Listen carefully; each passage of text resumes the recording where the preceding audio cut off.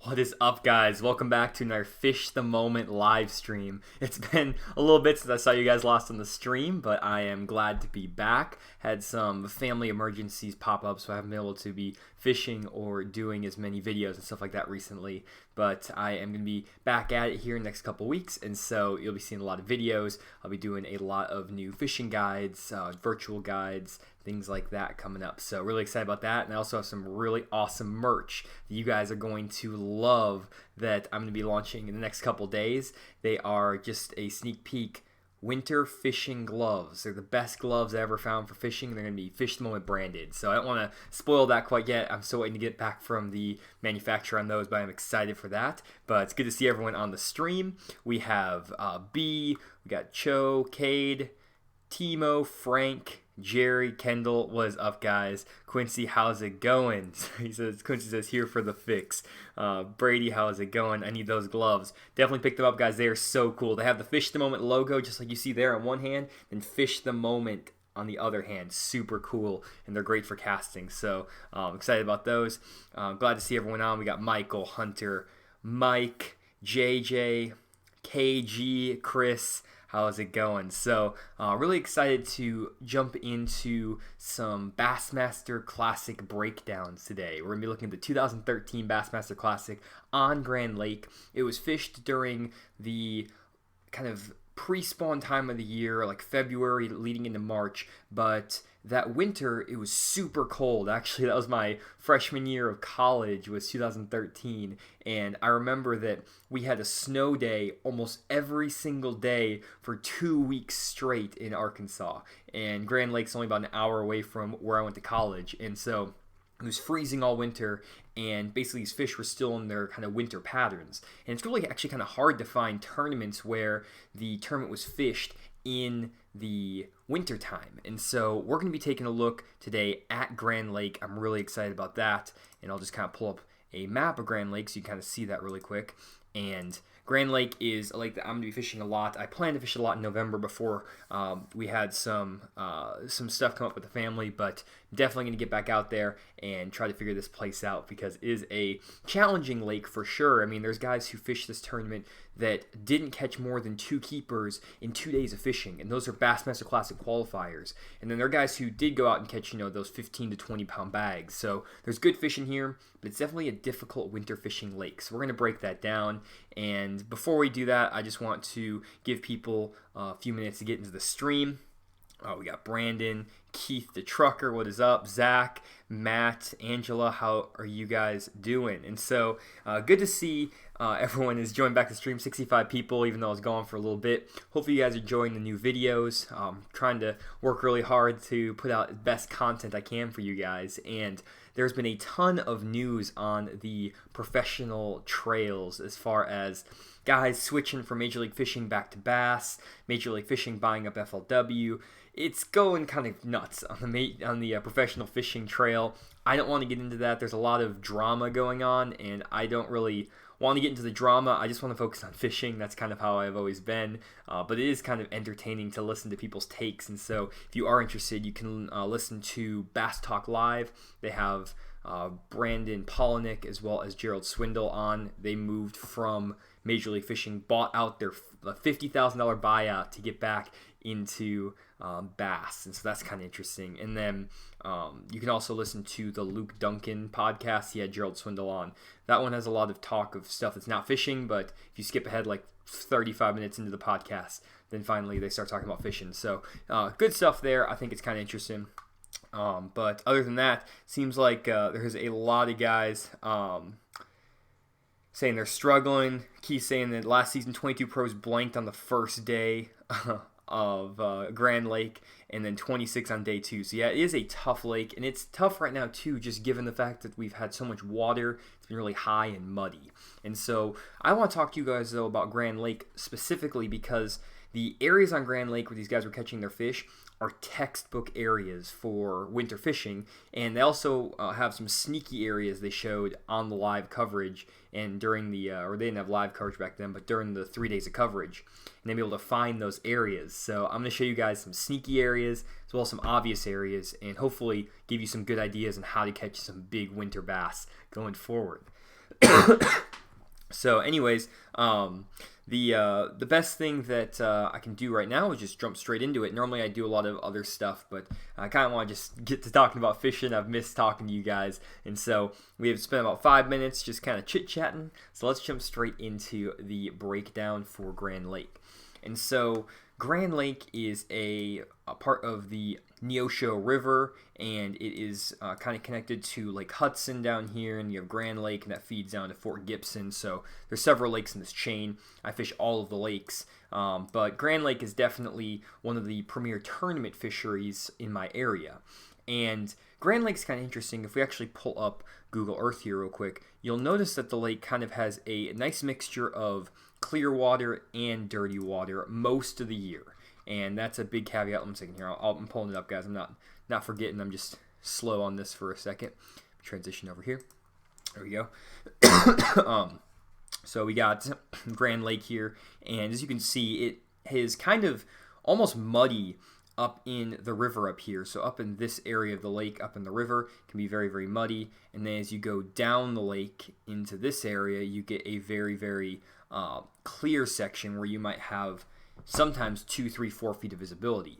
Now, obviously, with all the rain we've been having, that's going to muddy up the lake. And I've actually been out there a few times in the last few weeks, and everything from pretty much about this section of the lake all the way up north is very muddy. I would say a foot and a half visibility. And then everything as you go further down the dam is still a little bit dirtier than normal. So down in this area, you might have the lake being, let's say, I don't know, maybe 2 foot of visibility, 2.5 feet of visibility, where it's normally 4 or 5 foot of visibility down here. And so that's going to impact the fishing now if you're on Grand Lake. But back when the guys were fishing here in 2013, the lake was pretty much the same clarity distribution as it is right here. And so you have the clear water kind of down by the dam down here, and then you have the dirtier water up here. And so the big thing about winter fishing that I think a lot of guys get confused about is that you don't actually have to fish deep or fish offshore to catch fish in the wintertime. A lot of the best fish you can catch are up in shallower water and close to the bank. And that's how a lot of the guys caught them during this Bassmaster Classic on Grand Lake. And even though water temperatures were in the 40s, like low 40s sometimes, the fish were still pretty aggressive in feeding up shallow, especially when you got into some of the little bit more stained water. And then as you got out of the stained water and kind of got down to the clear water, the fish were a little bit deeper, and that's kind of where we found some of the guys who were catching them in like the mid-lake area, and actually that's where Cliff Pace won the tournament. So we're kind of going to get into all of that, talk about all the specific areas these guys were fishing, why they were fishing there, all kinds of stuff. But before we jump into all of that, I want to just start by showing you some footage of these guys fishing so you can get a kind of a feel for what these guys are doing. And then we'll go spot by spot to show you what these guys were fishing, kind of the idea of what they were looking for, and maybe give you guys some ideas of what you should be looking for when you get down there. Let's see here. Let me pull up this. Just give me 1 second, guys. I'm on a different computer here as well, so I'm all over the place. Display capture. There we go. And then if we go here, there we go. Boom. Okay. So here we have some footage from 2013 Bassmaster Classic. This is day 1. This is Jason Christie, the hometown hero. And basically what you're seeing here is just some aerial footage of Jason, and you're seeing him fishing a jerkbait in this footage. And the images are kind of cropped in a way that you can't really see exactly what's going on, but you can see in some of these images, if we go back just a little bit, that you can see he's fishing basically, there's a point right over here, and then his boat's here, and there's like 5,000 people following him. I don't know how the pros fish with all these people around him. I could not do it. 1 second here. I'm going to turn a light on because I feel like you guys can't see me very well. Is that any better? I just want you guys to be able to see my face. Not really. It's actually kind of worse. I'm going to turn it back off because it's just worse for me. There we go. And then Brady says, will the gloves be out before Christmas?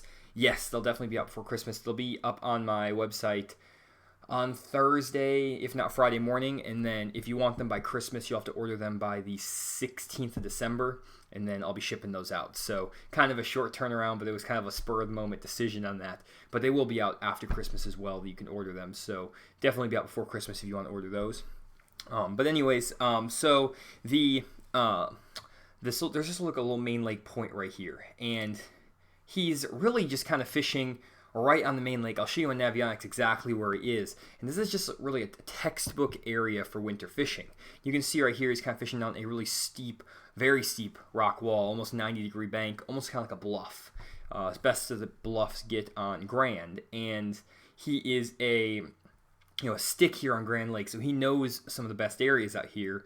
But one thing I found interesting is that he's fishing one of the most obvious areas on the lake. And I feel like that is another thing that kind of trips guys up in the wintertime, especially when they go out fishing and maybe they're used to fishing in the summer or other times of the year, where you need to find these hidden away places offshore or these really secret areas. And I feel like the fish in the wintertime are a lot more predictable than other times of the year. They can actually be set up in very easy to find areas, and they're consistent areas year over year. And so we'll talk about what those areas are, but really the thing that I always find interesting, there you go, got a nice fish right there from Jason, is that I always do the best fishing the most obvious looking areas possible on my lake. And so if we pull up Navionics here real quick, let me transition over here. The area that Jason was fishing is right here off the main lake, and it is a literal textbook area for winter bass fishing. I mean, you could not ask for a more textbook area. He's right here by this place called Saddle Island, and if we take kind of a zoom out here, you can see that there is a main river channel, 100 feet deep, that runs through this lake. And you would think when you see 100 foot of water in this river channel that these fish should be out in maybe 30, 40, 50 feet of water. Well, the thing about Grand Lake that's interesting is because it's part of a river system, these fish don't actually get that deep because the water clarity might only be 2 to 3 feet of water in this section of the lake. That means these fish aren't going to be living deeper than maybe 15 to 20 feet of water max. And a lot of times in the winter, these fish will feed even shallower than that. They'll feed up in 4, 5, 6 feet of water, maybe 10 foot of water, even when it is super cold outside and they have enough water visibility to be deep. And the reason for that is because these fish basically are trying to hang out as close to spawning areas as possible. As you can see, we have a really nice creek right here that has lots of fingers and places for these fish to spawn. But right outside of it, you have this really nice main river channel. It's super deep. And these fish like the ability to be in this deep water and hang out in the winter because they can avoid snap cold fronts or just kind of feel more comfortable when it's super cold. But at the same time, they want to be as close to these spawning pockets as possible so that when it does warm up to maybe 55 or 60 degree water temperatures, they can quickly move back in the back of the pockets and spawn. And so really what happens most of the time when you're fishing in the wintertime is that the bass are going to be sitting in areas that have deep water adjacent to a spawning area. And this happens even in January when water temperatures are 40 degrees and it's super cold. You want to find places where you have deep water really close to a spawning area. And really what happens a lot of times is these fish will sit in the center of these creek channels and just kind of suspend and chill out here all day. And then every once in a while, a couple fish will pull up out of the middle of the channel and pull up on top of places like this point right here or a point right here. And they'll feed for, let's say, 15 to 45 minutes. And they'll pull up, they'll feed for a few minutes, then they'll pull back out into the channel. And you might have 2 or 3 feeding windows that these fish bite in. And I talk about feeding windows all the time. It's basically just like a 1 hour window where those fish are up, they're feeding, and they're biting. And it seemed like for a lot of these guys, that really good feeding window happened right first thing in the morning, like as the sun was rising over the horizon, and then in the afternoon when the sun was at its peak and the water was at its warmest because it was warmed by the sun. And so that's kind of contradictory to what a lot of people would think. You would think the best bite would be in the afternoon, and there is a good bite there, but it's also a really good bite first thing in the morning in the wintertime. And I don't know the exact biological reason behind that, but a lot of times the shad are more active because of the low light or something along those lines, and they move up to maybe feed on plankton and stuff around shallower rocks, shallower walls. The bass will move up to ambush them. And so usually you can find that there's a good feeding window in the morning, first thing in the morning, and a good feeding window in the afternoon, let's say 1 to 3 o'clock when the sun's at its highest point. And then you can catch some fish in between those times, but it seems like for me I kind of have a lull. I can catch fish from 7 in the morning until 8:30, and then from noon on. But from 8:30 to noon, it's very, very tough to get bit in the wintertime, at least for me. And so what Jason was fishing, though, again, is a textbook area where you have a main lake or a main creek channel that's right here, and then several main lake points that are really, really close to spawning areas and this deep channel. And so what is interesting to me is that this spot on the map just looks super obvious. It's super easy to pick out. And this is where Jason decided to start. But one thing that's kind of nice is that on Grand Lake, there's a lot of these areas that look really good, where this creek channel swings up against the banks. There's lots of nice points and pockets and places these fish can get on. And these are all areas that guys were fishing throughout the tournament. And so it seems like guys were just kind of hopping between these obvious looking areas. And so the 3 ingredients, I'm going to repeat myself, but the 3 ingredients that are good is the, it looks like my stream is buffering about every 10 seconds and it stops. That might, okay, people are saying that sometimes it's buffering, sometimes it's not. Hopefully everyone is good. I do have the playback that'll be recorded onto YouTube, so hopefully you guys are at least catching some of it. But anyways, the keys are deep water next to spawning flat, and then some sort of structure these fish can feed on. A point, a steeper bank, maybe a channel swing, something along those lines that these fish can pull up on. Things I talk about all the time in my videos. And so the big thing that I want to have you guys look at as we go through these clips is look for the similarities in these areas. Not in the exact look, like 90 feet of water next to a spawning pocket on the main lake, but just look for the similarities in the key ingredients of deeper water, close to shallow water, by a pocket, something along those lines. And if you look for those similarities, you'll notice that all these areas, or almost all these areas, are very similar to one another, and they are really easy to find and very predictable to find if you know the right ingredients to look for. And so let's take a look now at another spot that Jason was fishing. I'm going to pull this back over, and we're going to keep watching Jason whack some big old bass. And so see here, mine is great, no issues. That is good. So this is the Humminbird advanced view. It's kind of, I always like these. Basically, they're showing the banks on Grand Lake. You can see there's these nice steep banks, and these fish are kind of sitting, like I mentioned, kind of suspended in the channel over that deep water, over 20, 30 feet of water. And then every once in a while, there's a few fish that will pull up into this 5 to 10 foot of water, and you can get them to bite. There's not a lot of them down there, and that's why the fishing is so tough on Grand Lake, because there's not that many fish to pull up at one time, and you have to be in the good areas when those fish are biting.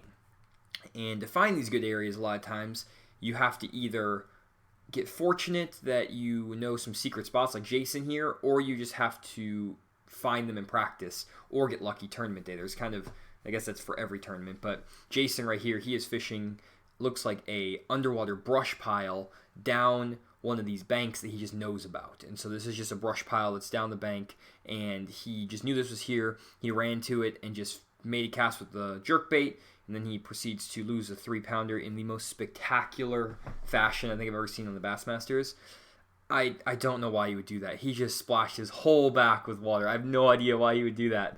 But anyways, that was the deal. And he literally is fishing down this like nothing looking bank, but there's a little stick up right here. And he just pulled over there through a jerkbait by one of these stick ups, by one of these brush piles. And I'm sure it's a brush pile he's caught a 4 or 5 pounder on this time of year before, and he just knew it was a good looking spot. And I'm sure, I don't know exactly where this bank is, so I don't know, it's so nondescript. I tried to find it in the past, but I was not successful. But basically, if we kind of take a look, it could be one of a ton of banks, but what I'm assuming is it's probably some sort of bank where you have a little bit of deep water coming in. Like let's say there's a nice channel that swings through here, and then these fish pull up out of this channel, and it's maybe like a bank that looks like this, for example, just a steeper bank, and then there's a little channel that cuts in here, and then a bank here, and he might just be setting up somewhere on a point like this, and there's a brush pile down there, and those fish are pulling up out of the channel, feeding on the brush pile, and then moving back out into the channel out here, and then when that water gets warm enough again, they move back into spawn. So similar looking area to what we looked at earlier, very obvious looking area right here, at least for me in my eye.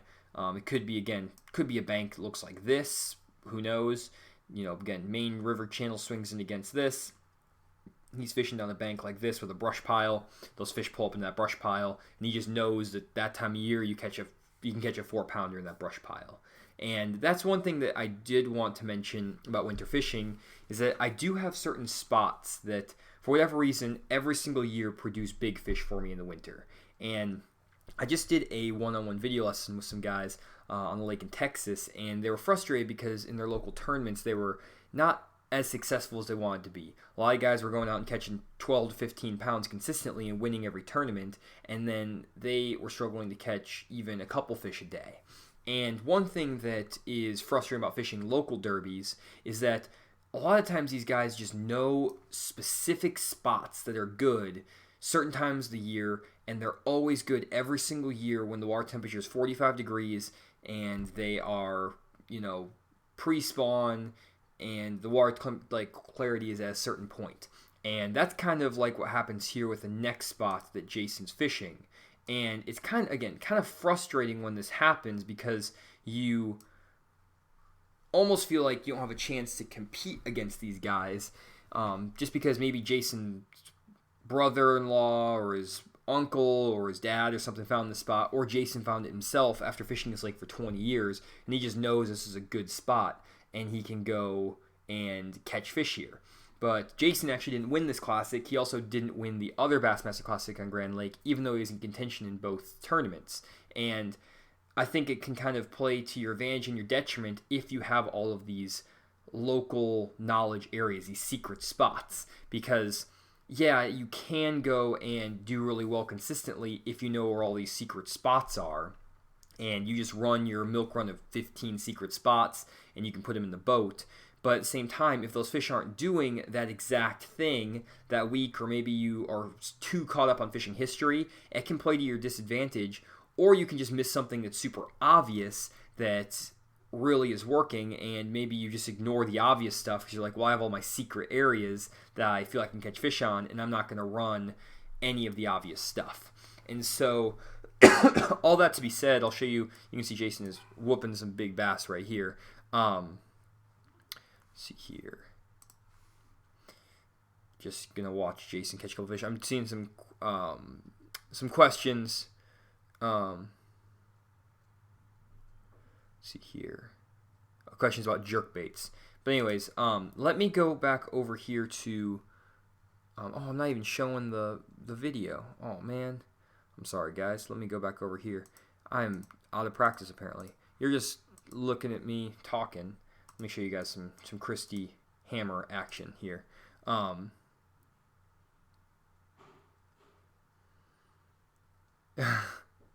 then Richard says, it makes me smile that you Google Earth that entire lake to look for that dock and stick up. That's awesome. Yeah, I do that a lot. I will literally, like this spot right here, what I did to find this is I literally looked at the bank as Jason was fishing, and I was like, where is this spot? I have no idea. And I Google Earth the entire lake. I looked for every bank with a specific dock. I tried to look for specific docks with the same slope and the lack of trees in the background, like right there. I paused that image right there, and I could, well, you guys can't even see it on the screen, but on my screen there's a tiny sliver of the background that you can see, and I just go through and find all these little details. It takes 30 minutes sometimes to find these spots, and I'm not doing it because I want to hole jack these guys. The opposite, actually. I don't really care about their spots. You can see right there's a little bit of sliver of bank. I was like, oh, I can find that spot. And I could see it was in the back of a creek. I see this boat dock with that color roof. I can find it. And again, I'm not doing it because I want to go hole jack Jason Christie.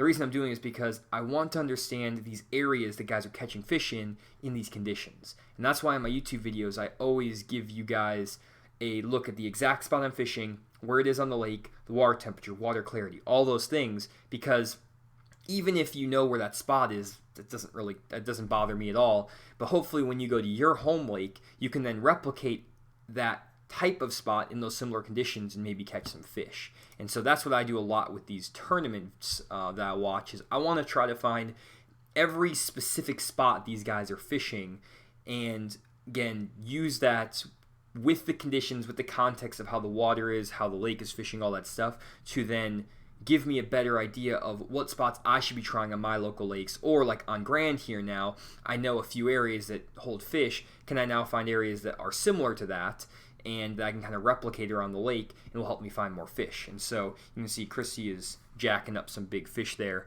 And if we go over to Google Earth really quick, and we zoom in here, second guys, let me get some water. Let's see here. There we go. Someone's saying that I've heard a lot of hype about that new crankbait from Tactical Bassin for winter. I really want to try it. Yeah, I mean, if you want to try it, that's awesome. I feel like it's their crankbait, and they designed it, and so I think that they're going to give hype to it. I don't know if it's any different from a Rapala fat-free shad, or there's a ton of crankbaits that look exactly like that. What I would say is I would focus more on trying to find like the areas, like the guys I'm showing here, these areas.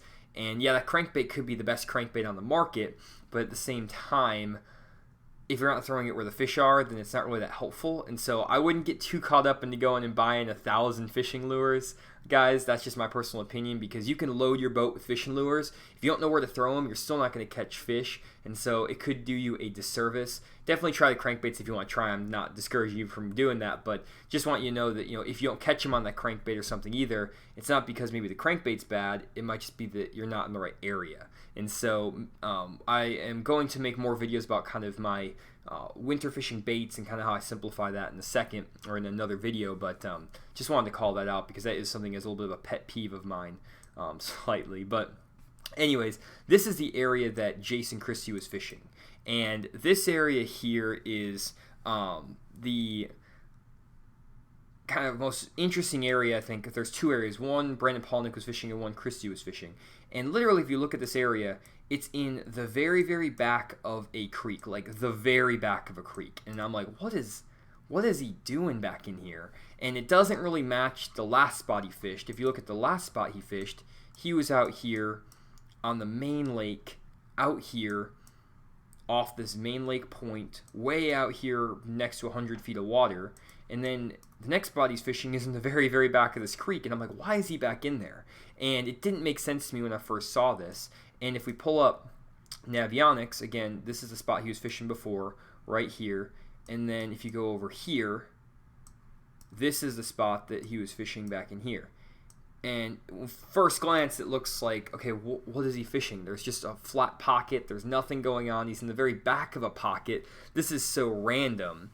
And I think that the big thing about winter fishing, again, that's misunderstood, is that people think the fish have to be out here on the main lake. They have to be in super deep water. But again, that's not the case. There's going to be fish that are always living, in my opinion, on the main lake, the first third of the creek, the middle of the creek, and the back of the creek. There's going to be fish in the back of all these pockets year-round, as well as in the middle of the creek and in the front of the creek or the main lake. And this just happens to be a spot that these fish could congregate on in the back of this creek. And so, I've had days when I've caught fish in 7 foot of water in a 7-foot ditch in the middle of January in 39-degree water, and there's the next closest deep water, like 20 foot of water, is like 3 football fields away. And so sometimes when there's not that much deep water access, this is just where the fish have to go. And the reason I think this spot is good is if we kind of take the lake back on Google Earth here a little bit, you can kind of start kind of getting a feel for what we're looking at here. So we have some banks, we have some water coming in, and then let me see if there's a better image. There's not. This one was the best one. You can notice that there's kind of right through here a little ditch that cuts into this pocket. A lot of these pockets through here, you can notice, are very flat. these flatter pockets. They kind of cut into the back of them, like through here. It's just kind of a random pocket that cuts in. But in here, you can see there's a very, very sharp edge to this pocket. I don't know any other better way to explain that, but basically, if I've actually been here, I've actually caught fish in videos on this spot, but I did it in the fall, up in some shallow grass up here, kind of unrelated to this. But what it seems like is that, just graphing back in here, there's about a 7 or 8 foot ditch that swings into this cut, and these fish can kind of hang out in this little depression right through here in this ditch, and then all they have to do when they want to move up to spawn is pull up here and spawn up on this bank. And so these fish were setting out here kind of offshore a little bit, kind of on this break from the shallow flat into that 7 foot ditch. And he could catch them, it seems like, in the afternoon when they would pull up out of this ditch onto the edge of the ditch, and they would sit right here and you could get them to bite. And my thought is that these fish probably weren't feeding most of the day. They were probably sitting in this ditch inactive from all night through maybe 2 o'clock in the afternoon or 1 o'clock in the afternoon, and there might only be a 1 to 2 hour window to even catch these fish. And these fish will pull up for a couple hours, feed, and then pull back out. And again, this is kind of a area that is hard to find. You have to have the timing right. You have to know when to be there, what time of year to fish this spot. And it's probably just Christy's local knowledge helping him out. Maybe he just had a buddy who fished back here, he fished back here sometime, happened to catch a 5-pounder, is like, oh, that's kind of random, and then he always goes here and catches them. So maybe not the easiest thing to replicate, but I can now kind of take this information looking at that little pocket. Maybe I can spin around to some of these other pockets and say, okay, well, maybe this cut right here kind of has something similar going on. Maybe I could pattern it and fish out in front of this cut here, or maybe I can go around the corner and find other cuts that look like that. And I don't really know if there's any around here, but maybe like something like this, where you have this little little ditch cutting in right here. Maybe these fish are setting up in the center of this little ditch, and they pull up on top of these points. Something along those lines. You can start kind of replicating that around the lake, or replicate it on your home lake. So hopefully that makes sense. Some guys are saying screen is buffering. Hopefully it looks like we're good. Looks like we're not like great. We're doing okay on the stream. I'm gonna be back to my regular office with my super high speed internet here next time, guys. So apologies if it's a little bit buffery. But some people are saying it's clear, so I'm not really sure. Let's see here. So next up, let's take a look at some more footage. So let me pull this up over here. We got Christy. So we talked a lot about Christy. We talked 20 minutes, 30 minutes for Christy, but he is the local stick there, so I feel like that's warranted. Next up, let's actually look at the actual Bassmaster Classic champion, Cliff Pace. And they did us a solid here because they actually did a really nice aerial shot of where he was fishing. So this made this very easy to find. Thank you, Bassmaster, for helping making my job easier. And I feel like I could be like an intelligence officer or something, like a secret service or something. I could find people. It'd be like, yeah, just give me some footage of them fishing. I'll find exactly where they are, what bait they're throwing, the line, how they shake the bait, what settings are on their Fishfinder. I can get all of it for you. If you need a bass fishing forensic analyzer or analyst or whatever, that's me. The fishing professor / fishing forensic analyst, FFA. Is that a bad acronym? I don't know what I'm talking about. Anyways, we got the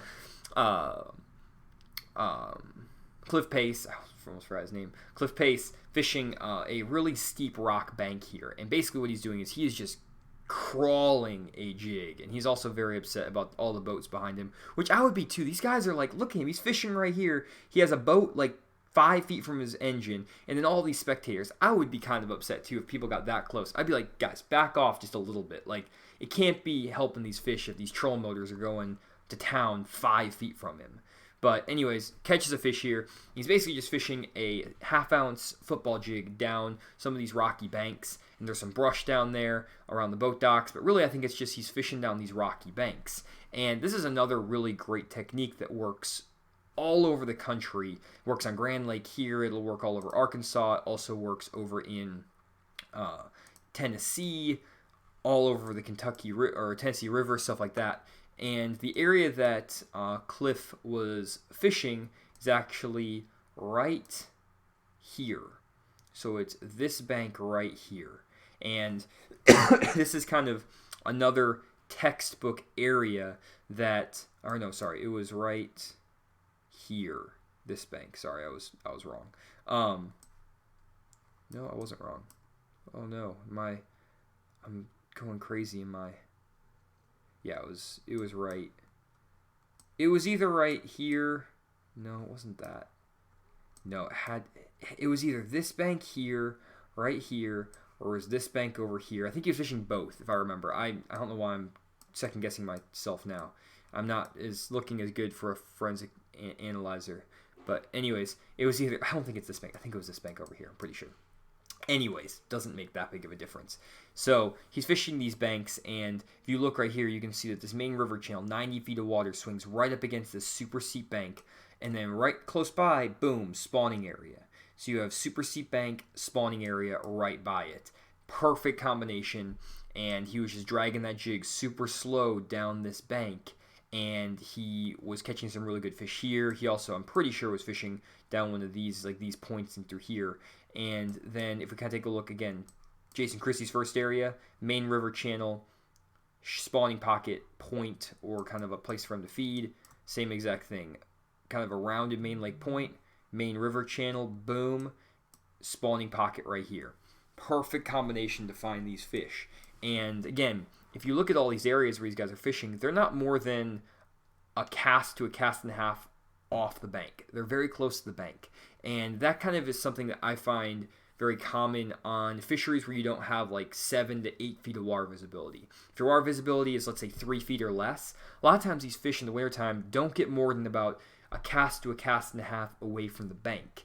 And you can still catch fish like offshore maybe, but they might be just barely offshore, like in an area like this, for example, where you have the main river channel here, and then you have a maybe place like a rock pile or a brush pile or something, whatever, a cast and a half off the bank. That might be an area that has fish, but no one was fishing here in the tournament. Everyone was fishing down these steep rocky banks.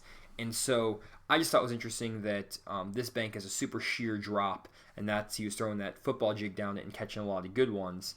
And if we go to some more footage from Cliff, he was also fishing similar looking banks where you can see there's these super steep rocky areas. You have these points that stick out, very, very steep banks. And he is just kind of fishing in the same general area and kind of fishing a jig down rocky bluff walls. It's not that much rocket science. The big thing that really helped Cliff is he is so patient. He can sit there for hours and just barely hop his jig and crawl it. And it's crazy how slow he's fishing this bait and how methodical he is. He's making a cast every 4 or 5 feet down this bank, and he's spending it maybe 2-3 minutes per cast. And so it's so slow, it's such a grind, but he can get 4 to 9 bites a day doing this. And then he was kind of mixing in a jerkbait as well some days. But really he was getting anywhere from 4 to 9 bites a day, fishing down these super steep rocky banks where you have these kind of spawning pockets in the back. And I believe this area, oh whoops, that's not what we wanted. This area is just around the corner, and it's like these little pockets right here. And so if you kind of take a look, we have some pockets right here, and so it's these main river pockets just around the corner from where he was fishing. He wasn't going very far. He was just staying kind of in this general vicinity the whole tournament. And he was just rolling through these pockets, making a few casts on key little areas, or not a few casts, making a lot of casts on small little key areas. And that's one thing in the wintertime that I kind of find is really helpful for me is I don't move around as much in the wintertime as I do other times of the year. A lot of times you'll hear me talking about hitting 30, 40 spots a day, making 10 casts per spot, and then moving on. And that's great when you're fishing offshore, when you're trying to hit brush piles or ledges or points, and these fish are schooled up and you find these groups of fish offshore. But in a tournament like a Grand Lake, or on a lake like a Grand Lake in the wintertime, or Lake Dardanelle, a lot of these kind of river system type lakes where you have 3 foot of visibility or less, a lot of times it just pays to stick to 4 to 8 primary areas that are super obvious, where you have the main river channel coming up against some deeper points here, kind of like these type of points, and just really focusing on the obvious areas, and then picking up a bait that you can fish slowly and methodically, a jerkbait or a Alabama rig or a football jig, or a crankbait. And you can, fish baits that are a little bit quicker, like a crankbait, but cast it out there, barely crank that crankbait back, and just crank and crank and crank, and cover every 3 or 4 feet, and fish really slow. Same with the jig, the Alabama rig, the jerkbait. And it seems like that is kind of the deal in the wintertime for me to catch better than average fish. It's staying in the community holes, the obvious areas, the really easy to find areas, and just being really methodical about it. And then every once in a while, if I know the lake well enough, I can throw in a spot like Christy was fishing back in here, or an area I'm about to show you from Brandon Polnick, which is kind of a random area as well that I think is really cool. This is the type of stuff I look for, and this is stuff when I don't catch fish on a fishing day, guys, it's because I'm looking for this stuff. I feel like I don't catch fish 1 out of every 3 trips. I just don't catch anything, and it's because I go try looking for like this stuff that Brandon's fishing right here, and I'm like, if I could find these areas, these little secret areas, that's what makes fishing fun and exciting for me. For me, it's not that fun to honestly go to the community holes, throw a jig and a jerkbait all day really slow, and then catch 5 to 7 fish. It's good for tournaments. When I tournament fished, I would do it. But nowadays, when I'm not fishing tournaments, it's like, that's so boring. It's like sitting in 4 spots and like fishing the same stuff everyone else is fishing. And so this is the type of stuff that gets me jacked up. When I see Brandon catching them on an area like this, I'm like, oh, this is what I'm looking for. You can see in the background, it's literally just a super flat, nothing looking bank. I'm like, this looks terrible. What is he fishing? And I mean, doesn't look like he's near any deep water. It doesn't look like he's doing much of anything, but he is catching some big ones. And he finishes, I think, 2nd in this classic. And he is fishing a storm wigglewort as well as a shaky head. That's what he's catching his fish on. And I actually found this little stick up, this little tree, so I'm able to show you exactly what he's fishing. And it's a type of area that I actually catch a lot of fish on all the time when I am fishing in the pre-spawn, fishing in the winter, and in the summer. It's type of areas I look for all the time that take a lot of effort to find. And I'm going to leave you guys in suspense just a little bit longer. And John says, later Toad Slayer. Good to see you, John.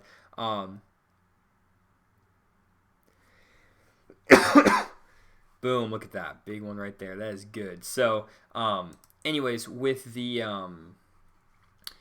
spot, let me show you exactly where he is. He is over here in Echo Bay, in the mouth of Echo Bay, and he is fishing right here. Now, this looks like, you guys are going to be like, okay, I thought Christy's first spot over here looked kind of like sketch. Like, this is kind of nothing. This looks worse. Why is he fishing in this area? This looks like crap. All I can tell you guys is that sometimes the best areas in the lake are places that look really bad. It's because no one else is going to go over there and fish them. And basically what this area is right here is a underwater rocky shelf or a rocky ridge that runs out in the lake. You can see that there is a little bit sharper drop right here. It drops from 2 foot of water, a foot of water, down into 15 or 20 foot of water, and you have these kind of sharp breaks. They're not this sharp like a main river channel sharp, but they're sharp relative to this surrounding area, and that's really key. A lot of times when I'm finding spots that are good in the wintertime, it's finding places that are close enough to the bank, close enough to the spawning pockets that have the sharpest drop in the surrounding area. And so that's really key to think about. And a lot of times you're going to be fishing lakes, especially river systems and stuff, where you might not have a super steep drop here. Actually, this is where Cliff Pace caught some fish off this exact point right here in the tournament. Again, main river channel, swinging up against the point, looks super obvious and it had fish on it. But this area here is going to get a lot of pressure. This area over here is not. But if you kind of take a look at this area and compare it to the surrounding area, this little drop right here, right there, is the steepest drop for really in this like a big circle until you get over here, out here, or over here. This is the steepest drop in the area. Even more so, maybe like right here, here, and here are the 3 steepest drops in that whole area, and then maybe up over here. And so this spot is kind of a candidate potentially for what we were talking about, where you have a steeper drop, deeper water, relatively deeper water, and you also have spawning grounds. The other advantage the spot has is as you go up the river here, and we kind of pull up Google Earth, is that the water gets a little bit dirtier as you go up the river here. So it goes from being, let's say, 3 foot, 2 foot of visibility up to only being 1.5 foot visibility. And the area that Brandon was fishing, if we take a look, here's that tree that was in the water, and then right out from here there's a rocky ridge that runs out into the water. And so in this area there's a rocky ridge, there's that tree, there's that little area. That's the spot Brandon was fishing. And it's probably just an underwater rock pile, something that's naturally formed, and it just runs out here. You would never know it's there unless you graphed for it. And really, a lot of times, if you can find these shallow, rocky areas on these big flats with a little bit deeper water, they can be deadly, guys. I'm telling you. And actually, let me put a pin on this real quick. Now I'm going to take you to a spot over on Lake Maumelle by my house and my old house, and show you a spot that I catch a lot of fish on in the dead of winter, and you'll be like, this spot's crazy. But it's similar to what we were looking at here. And if we kind of go back in time on Google Earth, the spot I want to show you, see if we can find it, there we go. What I want to show you is if we go back in the back of this pocket, a little bit dirtier end of the lake, 1.5 foot visibility, maybe 2 foot, and you go way back in this pocket, and you can see right here there is a little small pond, or it's old like culvert or like little something or other. I don't know what this is down there. And then there's a little area here, and there's some rock, and there's rock right here. And there's no road bed that goes across. And this is like 6-7 foot of water right in this little depression. And then the rest of the surrounding area is like maybe 7 foot of water until you get out to like here. And so this is the only deep water in this whole area. And it's deep enough for these fish to kind of hang out when it gets cold, and then they'll push up onto this flat to spawn. And so this little area in January, February sometimes can hold 4 and 5 pounders, or I can catch a limit off this spot. And when the lake is up, it's completely underwater. When the lake is down, you can see it obviously. And so this thing might be in 7-8 feet of water. The top of the rocks are in 3 or 4, and that's a spot where I can pull up and catch them, even though it's like random in the middle of nowhere. And so I think that it's kind of interesting that you can catch fish in areas like this. And I'm seeing Zach's here from North Carolina Bass Camp. What is up? Good to see Zach. And like over, like for example, on a Sharon Harris or a Falls Lake, Jordan Lake over in North Carolina, if you can find some of these little sneaky areas in the back of these creeks or in the back of the flats where you have a little man-made rock, I have a couple ideas of some spots that I graphed while I was over there that might be like this. Even though it's only in 4, 5, 6, 7 feet of water, you can find some really, really big fish in areas like this. And they're kind of those albatrosses, those kind of weird areas that most people aren't going to be fishing, and you can have them to yourself. And that's what I'm always looking for when I'm fishing. That's what gets me the most excited. I could go graph this whole lake for 12 hours or 8 hours or whatever, and I could find this one spot and catch 2 4-pounders off of it, and that makes my fishing trip. Or 1 4-pounder off this area, and that makes my fishing trip. Even a 3-pounder.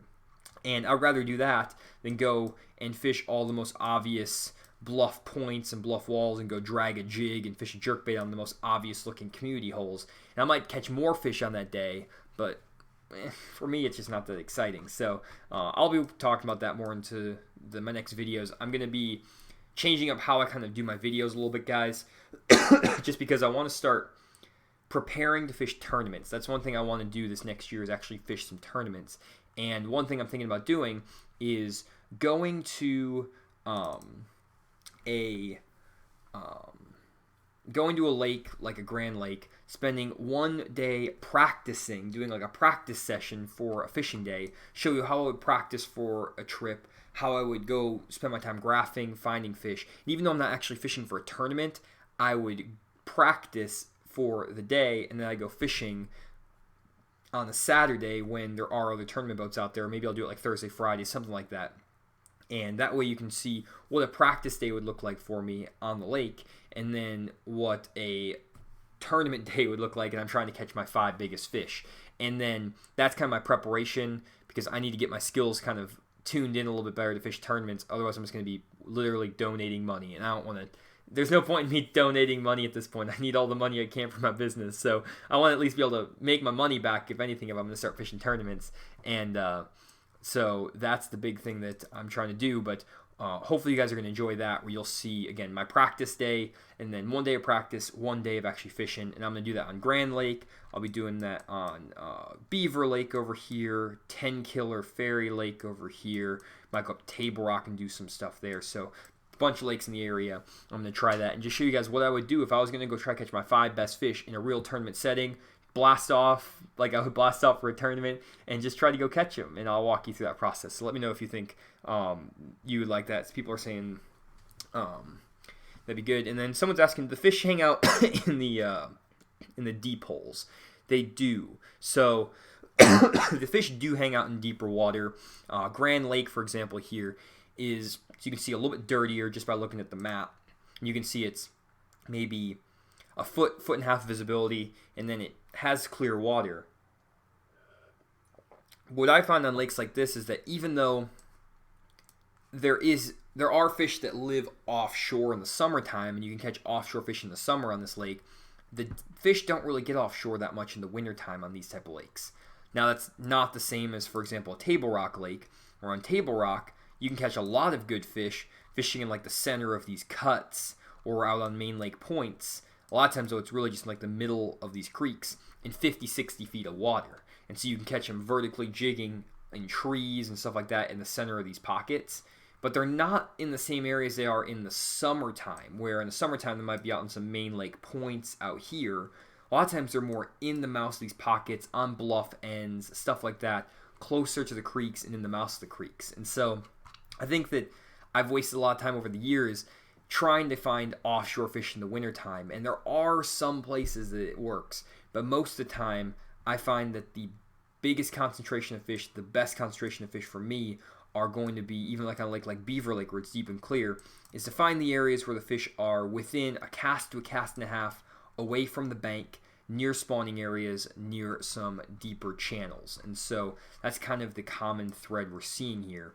And so I just kind of want to run through real quick all the areas I found where these guys were catching them. We didn't talk about Hank Cherry, but I do want to talk about my jerkbait selection here for a second, just because someone was asking about that. So if we kind of take a look at the areas where these guys were catching them, this is the first place. Jason Christie called it a big 4.5 pounder, or a 3.5 pounder, whatever it was. Main river channel, spawning pockets, and then an area between these fish can feed on, a little point. Good deep water close to spawning areas, perfect. Over here, Cliff Pace caught some fish on these little pockets here. Main river channel, little point and some brush and stuff down these banks, close to a spawning area. Cha-ching, same thing. Deep channel, steep bank, transitioning into back of a spawning pocket. Cha-ching. This is where Hank Cherry was catching a lot of his good fish. We're on these main river or these main lake points here. And these are like super obvious points. They get hammered all the time, but he was still like almost finished first in the Classic. He lost a few fish on the final day that cost him, but it's just points right near the main river channel in the mouths of spawning pockets or spawning creeks. All these really steep rocky points. And if we take a look on Google Earth, you can kind of see what these things look like. They're literally just steep, bluffy, rocky points. Just like this. I mean, super obvious stuff, and you just threw a jerkbait down these points for 3 days in the most obvious areas in the lake, and he caught a bunch of nice fish. And so it was obvious stuff. He just spent his whole day here and just worked these points with a jerkbait all day long. And he got 5 to 7 bites, lost a few of them, would have won the Classic if you put them all in the boat. And so really not difficult stuff to find. It's just having that patience to sit down and just grind it out. And I'll talk about how like someone like Hank or Christy or whoever could find these areas and know which points to actually fish, because that's one thing you could do. You could pick random points like these points here and fish them all day long, and you might just not catch anything and just suck. and that could happen. And so I want to talk to you guys in the upcoming videos about how to actually identify which points to fish, because there are a lot of points that have a creek channel running right in front of them with these deeper points. Like, which one of these are the ones to fish? And so that's kind of the deal with all that. So hopefully that is instructive there. And then someone said, would you like to come to Sam Rayburn for a week and do some fishing? Kyle, I do have on my website my Fish the Moment Bass Camp. I'll be on Sam Rayburn Lake first or second weekend of January. I'll be doing a sonar class where we'll be doing 4 hours in the classroom instruction, 30 minutes of on the water instruction. I'll get in the boat with you. We'll look at schools of fish. I'll set up your graph for you, all kinds of stuff. Also have the offshore fishing boot camps where I'll break down how to find fish offshore, how to catch them offshore, which will be really good. And they actually do get offshore pretty well in Sam Rayburn, so that'll be good. It's one of the few lakes where they seem like they do get offshore. I also have my casting boot camp, and the dates on all of that, guys, are going to be, let's see here. Sonar classes is going to be January 10th and 11th, and so sign up for those. I do have 4 or 5 spots left for the sonar class, and some spots left for the offshore class as well. So sign up now, though, if you do want to join. They are going pretty quick. Let's see here. So last up, I want to look at some tackle warehouse stuff with you guys. I have some questions on my favorite jerkbaits, so I want to talk to you guys about that for really quick. Really, for my jerkbaits, I keep it pretty simple. I kind of throw 4 or 5 different jerkbaits, which is, I guess, not that simple, but my number one go-to jerkbait, especially if I'm fishing in water visibilities of 3 feet and less, so that dirtier water visibility, a little bit dirtier water, I like to throw just the regular old-fashioned Pointer 100, if I could find it. Pointer right here. Just a regular Pointer 100, not the 128, just a Pointer 100, and I throw it in a couple different colors. My main color I throw it in is the Chartreuse Shad, wherever that is. Let's see here. You guys have probably seen me talk about this in videos before. Where's Chartreuse Shad? Do they not have it on the website? What the heck? These are all in alphabetical order. They don't have Chartreuse Shad on the website? Oh my gosh, I might have to go buy. Hope they did get rid of that color. I know they didn't. Here's a Ghost Chartreuse Shad. But it's that, but it's pearl white instead. You could also throw a Table Rock Shad or a Citrus Shad. There's a couple colors like that, but that color's fine too. Oh, there it is. What? There it is. Chartreuse Shad. There it is. That color. I like that when I'm fishing in dirtier water, let's say 1.5 foot visibility. I don't really fish a jerkbait when I get less than 1 foot of visibility. Usually the fish need to be able to see the bait to be able to eat it. So I'm really looking for like that 1.5 to 3 foot of visibility. I throw a Lucky Craft Pointer 100 in this color. And then if I am fishing on a little bit clearer water, let's say 3 to 5 foot of visibility, I'll switch it up and go to a Megabass 110. Where are we at? So just a regular Megabass 110, everyone's favorite jerkbait. And I've just found that this bait works really, really well for me. And I normally throw this in a couple different colors. I kind of like this pattern right here. This kind of chrome with the black back seems to work really well for me when it's nice and sunny and bright. So on a really sunny, bright day, this will work sometimes because it just gives some fish something a little bit different to look at. Or I might just go for like the Pro Blue. So Pro Blue or that bright gold with a black back seems to work pretty well for me. And then if I'm fishing in a little bit like around grass and stuff like that, I'll go to some of these more, let me try to find. I'm fishing around grass, which I do in the winter time. I'll go to like something like this. I really like this color. This flash. I like the flash a little bit more. I think a lot of guys like these subtle muted patterns, but when that sun's out, I think that flash can sometimes really get those fish ignited.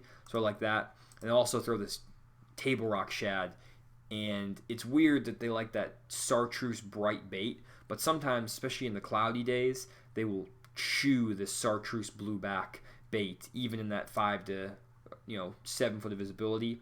And then I'll also throw, if the fish seem to be getting a little bit deeper, especially when I get to like that 7 to 10 foot of visibility, like really, really clear water, I'll go to Vision 110 Plus. And usually, I just actually only have one color in this Vision 110 Plus, but I throw it in the which one is that? Ozark Shad. So I get that like kind of matte with the black, and that bait's getting a little bit deeper, so I like this kind of pattern. So I'm colorblind. I don't know if you guys saw that video where I talked about that. So I'm not really like super big on color, but I like that. That works pretty well. And then the other jerkbait that I fish is, let me just do this so easier, is the Megabass Trick Darter. So the X80 Trick Darter, I'll throw this on the spinning rod, and this bait is awesome. And I've caught some toads on this thing over the years. I don't have any other colors I usually throw, but this color is pretty good. Actually, I have this one. So these things, I have a bunch of these little guys, and it's just a little smaller profile bait, and I'll throw this on a spinning rod 6-pound test. And it seems like when the fishing pressure is really getting strong, and a lot of guys are throwing 110s, a lot of guys are throwing the Lucky Graph Pointer, if you go to that X80 Trick Darter, that little bit smaller profile, it catches toads, like big ones. But it also is a little bit smaller profile, and it just, again, gives them a different look. And so I really like that bait. So if you don't have any of these, I would check them out. And they're a little bit less expensive than like a Vision 110. And so that's jerkbaits to go for. I do go for a little more expensive jerkbaits. It seems like they do work better, and also it works better in my mind, just because when I'm fishing a jerkbait, I want to let that thing suspend for 10-15 seconds.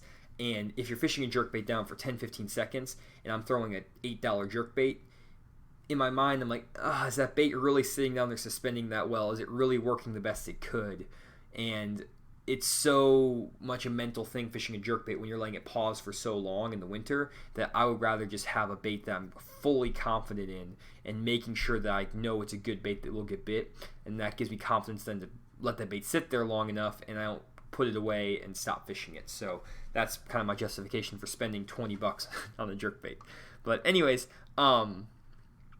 let's see here. So I think that's pretty much it, guys. Again, Bass Camp's coming up. I will have new merch coming. It will be the Fish the Moment winter fishing gloves. I don't have any pictures of those yet. And then I will be doing a merch sale too next couple days when I get those gloves up. I'm going to be putting my hats and my OG shirts on sale. So you can get the Fish the Moment OG shirt with the cool down imaging graphic, good stocking stuffer if you want to, wives or husbands out there, if you have Fish the Moment fans, grab some. Fish Moment hats, they're really, really nice. I really like these things. I wear them a lot, and so we'll be putting those on sale next couple days as well. And then, obviously, as always, we got the virtual fishing lessons. We have the offshore fishing playbook. Everyone seems to really, really enjoying this. These things are going like hotcakes. So definitely pick up an offshore fishing playbook if you plan on trying to up your offshore fishing game. And I also plan on making a winter fishing playbook where I'm going to be talking about all the best areas, baits, how to approach winter fishing, the timing on winter fishing, what conditions affect different things in winter fishing, all kinds of stuff, and talking about it on all styles of bodies of water. And so that will be coming to the channel or to the website next week sometime, and so be on the lookout for that. And then I also have a few other things going. I have tons of stuff going on, guys, so don't worry. I am working on a lot of stuff. I'm also going to be opening up some on the water fishing lessons for the spring. I've had a few that I've been doing kind of here and there, but starting back in February, I'm going to be doing probably 2 to 3 on the water fishing lessons a month. I'll be putting those up on the website this next week, so definitely book if you can. I have 10 or 15 people who already want to do lessons next spring with me, so when those things go up on the website, book them as fast as you can, because they will go really, really fast. And I'll be able to go anywhere in the Northwest Arkansas area, and so that would include Beaver Lake, Table Rock, Grand Lake, Lake Hudson, Lake Uchi, 10 Killer Ferry Lake, and just those lakes, basically. Those are the lakes. And then I can also come up to Lake Stockton too. If some of the guys who are up in St. Louis need a lesson up there, I can do a lesson in Lake Stockton as well. So that's pretty much it, guys. Those are the updates for the channel. I kind of put it at the end, and hopefully you guys will enjoy that stuff. And other than that, I really appreciate everyone joining the stream, and just supporting the videos, watching all the videos. Definitely share out my Sonar settings video. For some reason, it kind of slowed down recently. I think I posted it like 5 o'clock last night, and the YouTube algorithm bumped it up a lot, and then when everyone went to bed, they didn't watch it, and then YouTube was like, oh, no one's watching this video anymore, and they stopped promoting it and recommending it. So share that graph settings video that I made about how to set up your Fishfinder. It's a really good one if you haven't watched it, and just share it with a friend who's terrible with their Fishfinder, and just have them watch it for me. That'd be awesome. And then other than that, thanks for everyone who's joined my Patreon page recently too. Patreon's been doing awesome. I do have some perks that have not been fulfilled to all my Patreon members, and I'm working on getting those things done this week. Again, family emergencies kind of derailed me for about 2 or 3 weeks here, and so I am trying to get caught up on everything that I've been back kind of behind on, but I'm getting all that taken care of this week and next week, so thank you for being patient on that. So thanks again, everyone, and I will see y'all on my next live stream in a couple weeks, and yeah, see you then.